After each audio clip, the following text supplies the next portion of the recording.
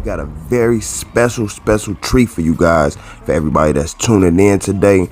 We got the legendary, yes, the legendary Tela reigning up out of Memphis on the platform today.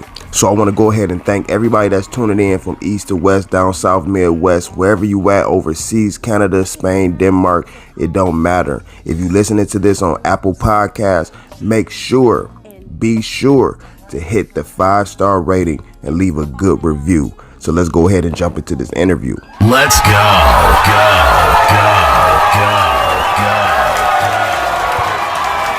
Hot shit. And that's the part that, it can get a little distorted. And so now you're trying to, in any situation, I don't care who you are, it's going double. It's just the life, it's the cycle, it's in with the new, out with the old. So that's just the beauty. That's the cycle. So it's going to happen where you're going to have to, go back to a certain place. And if you don't know how to really deal with it, if you're overdone in cosmetic, to where, man, you can get to that place and you won't function. You'll just sit there and be stagnated. Like you say, you for real stagnated. Not like what we talking about earlier, but for real, you won't be doing nothing, because you'll be like, always like, no, it's got to be done right. No, it's got to be done right. And I'm a big supporter of it's got to be done right. But I'm a bigger supporter of it's got to be done. It's got to get done. That's some real gems. Like, I would want to know, like, with Peace of Mind being so much of a classic, and you know how you said earlier that the fans hold on to it dear, did that album create any type of pressure on you as far as, like, when you go to make other albums after that, or even now, it's like a quota that you set to look at, like, if it's not right here, I can't put it out, you see what I'm saying? Like, did it create any type of pressure for you? Does the first album put pressure on me? Now it might put a little bit of pressure on me, but the pressure that it put on me now is good. Strangely, I'm a different type. In the beginning, that shit didn't put no pressure on me, which it should have put pressure on me, because the albums out there would have been better. But strangely, the first album, I shitted on the first album. Like when I did Now or Never, when I did World Ain't Enough Double, I shitted on Peace of Mind. I was like, oh man, this shit too slow. It's too southern. I was saying all types of shit about that album to myself. You know what I'm saying? And it's because I wanted to, here I am trying to do albums like, more so like what Jay-Z was doing, what Puffy was doing. You know what I'm saying? Yeah. And that, after that, and shitted on where I was based out of, some fraud shit, got real fake right there, and that's because of the fact that I started feeding into, if you ain't selling like this, or you're not getting this quote unquote recognition. Because being green to it, being lame to it, not understand, it's a game. It's a game they running. You know what I'm saying? So you get caught up. So I didn't know, oh man, okay. Not saying per se talking negative on somebody like Jay or Puff, especially Jay, still to me, he's like top rapper to me. But not shitting on it, but understanding now, oh shit, that was fucking, they was doing analytical shit back then. They were fucking with your head back then. It's more just no straight music shit going on. There's a lot of dollars being pushed, so I didn't know that. So I'm just thinking like, oh man, that shit I did, it ain't nothing, and not being appreciative of the people that love their peace of mind. So no, I didn't even have no pressures for the album or Peace of Mind doing them the albums after, like Now and Never and all that. I had with Now and Never, the pressures that came with Now and Never was the transition from Suave to Rap a Lot. That was that pressure, and it was a weird place. to be in, because I built family with Suave. I mean, I dearly love Tony. You know what I'm saying? And to have to go to rap a lot, and then too how I got to rap a lot, when it wasn't like something that I, just said, oh, I wanna go to rap a lot. That wasn't what it was. It was more so when I met Jay. Jay charming in his own way too. Right. For me, and once again, there's some open stuff, man. See, Jay presented the father figure I never had. Right. So, and then he presented too, he understood spirituality. Right. Or I should say, he understood definitely, I'm sure he do, but he understood religion, where it had me, that religion really was a thing on me. Cause, I come out of Memphis, Bible Belt, whole thing. So, but he understood all that, right? So it provided for me a protection. It provided for me a comfort in that sense, However, I was still torn, because I'm like, man, I really got a lot of love. I looked at Tony like a brother, they wasn't that kind of like, this my, like, no daddy. This felt like this my guy. This my brother, and didn't know how to resolve that issue that we had.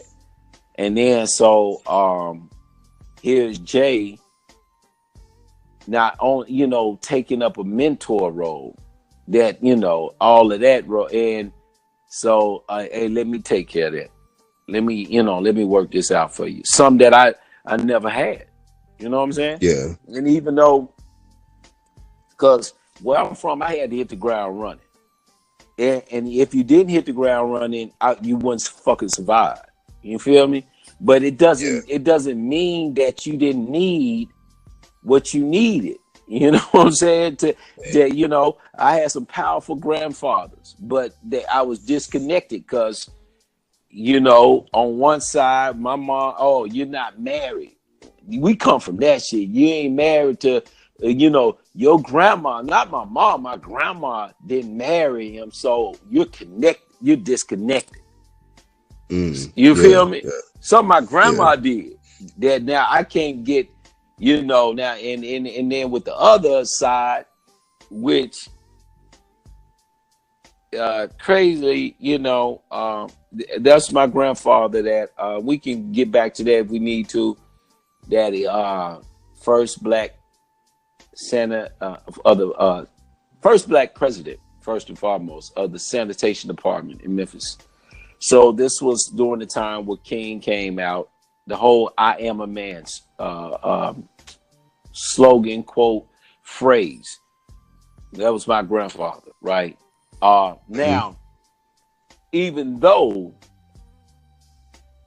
those things didn't produce a lot of currency, but he was still a powerful or a notable in the community, right? So once again, I'm a lighter skinned, and I ain't even light, but I'm a little lighter than my father, so I'm a head scratcher right there. You know what I'm saying? So on the other side, your grandmother didn't marry this, and on this side, you're the lighter one. So it was always like I didn't get that, that embracement, to later on when I done found my way and made my own bones. Now everybody want to, you feel me? So once again, so that made it that gave me a sense of security to a degree at the lot. Now it's still tampered with the music, because being at Suave, I was in a comfortable place. Even though, motherfuckers, you might not like me, You know, because I just made like I come with a different flavor on me. It's always been that, you know, that it's gonna be some hard bottoms close by. It's gonna be some silk, you know, laying, you know, right there. It's gonna be some, you know, some imported, you know, skin over there because that's just that. I don't know where that came from. That's always been there. I gravitated quicker to shit Morris Day and the Time than the Barcades. You feel me? Yeah, because it's you talking about some Stacey Adams. You talking about, you know, bitch, you open up the glove compartment and put on a camisole. Hell yeah, that's what I'm talking about. You know, in the barcade, you know, they like, you know, sexy back, all that freak little border. I just like, well, you know, reptiles and snakes. I'm like, whoa, what the hell, you know? I just, you know, I'm so that's kind of been there. So hate it or love it, you didn't like it, I still considered you, you know, family. You're my brother. So it's Suave, you know, I had that kind of I'm doing music with my family. And so the music gonna be better. With Rap a Lot, I'm like, oh shit, I'm doing music, but I'm feeling like not likening myself, but I'm feeling like a Joseph, that at any time my brothers will throw me in a hole and sell me for some, you know what I'm saying, some silver, and I'll be put in slavery. Cause shit, Joe, you know, I'm only here because the old man said, you know what I'm saying? Right. So that's that, you know, that was that deal, you know, and mind you, like I said, yeah, strangely with all that was my pressures, but doing the albums, no, I should have had pressure on me behind that peace of mind, because it would have made, you know, that could have made the other albums better. But the pressure came from, you know, it just came from, I think, more on how I'm going to live through this shit. How am I going to survive, you know. I could only imagine, because shit, around that time in 96, 97, mid-90s, it was a lot of crazy shit going on in hip-hop during that time. Even between, like, the East Coast, West Coast stuff, just in hip-hop, period. Right, you know. Niggas getting their asses blowed off. You was getting bodied. You know what I'm saying? Quick, you know, like what happened with Big, what happened with Pac. You know, what happened with a lot of people, yeah, you'll get bodied quicker than from your own company, your own label. You know what I'm saying? So, you know, now they got slicker ways of doing it. But yeah, now it was obvious that, oh shit, your label will have your ass killed. If you ain't, you know, you know, that's still, yeah. So, damn, that got to be like a crazy situation to be in, you know, to wake up as an artist every day with that on the back of your mind, or even on the front of your mind. And not saying necessarily your label or in your situation, but just period, to know that, you know, labels back during that time will get you knocked off. Very uncomfortable, man, because it's a bittersweet, man. You doing your thing, you getting, I mean, all the perks, you loving it. But at the same time, too, yeah, you gotta, you know, you gotta deal with that part. That's real. I don't know. It's maybe like, you know, surfboarding in a, you know, in an ocean full of sharks. Because while you're on your wave, ain't no movie like it. But when you wipe out, your ass might get ate up or something, you know. So it's just kind of, it was one of those things. But you still thrive to get back on catch you a wave, you know. So it's I've heard of different artists say that, like, they would get pressures from their record label, or, you know, people that's in the studio or whatever with them, to try to make them fit into what was going on. Like with you coming out during that time with everything like we was talking about with the East and West going on, and there was a lot of quote unquote gangster rap influence in hip hop bubbling during that time. You know, you had your fashion thing more into like the player lane and all that stuff. Did anybody ever try to push that type of stigma or style, or want you to rap in that type of way? Yeah, you know, but I had dealt with that early on, so I was kind of out of that place, because I dealt with that coming up through my whole existence. Right. You know, because Memphis That's real. A small portion of Memphis is player, and then when it got hit, like with the when crack came in, and it changed the infrastructure, so you had to be. This is what they call the hard time. You had to be hard, right? It's like NWA, that all that you gotta think our biggest trap was called New Compton.